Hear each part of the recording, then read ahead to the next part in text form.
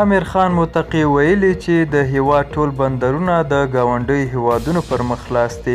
په سلامونو مو هرکلی کوم، زموږ یوټیوب چینل ته پخیر راغلی. که غواړئ په بشپړه توګه معلومات ترلاسه کړئ نو ویډیو راسره تر پایه وګورئ.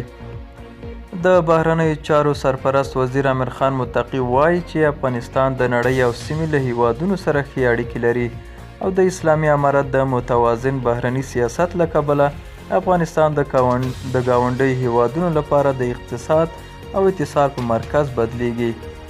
متقي په هغه ناسته کې چې په مرمرینه ماڼۍ کې جوړه شوې وه وویل چې اسلامي امارت ګاونډیو هیوادونو سره هیڅ ډول ستونزه نه لري او د افغانستان ټول بندرونه د ګاونډیو پر مخ خلاص دي.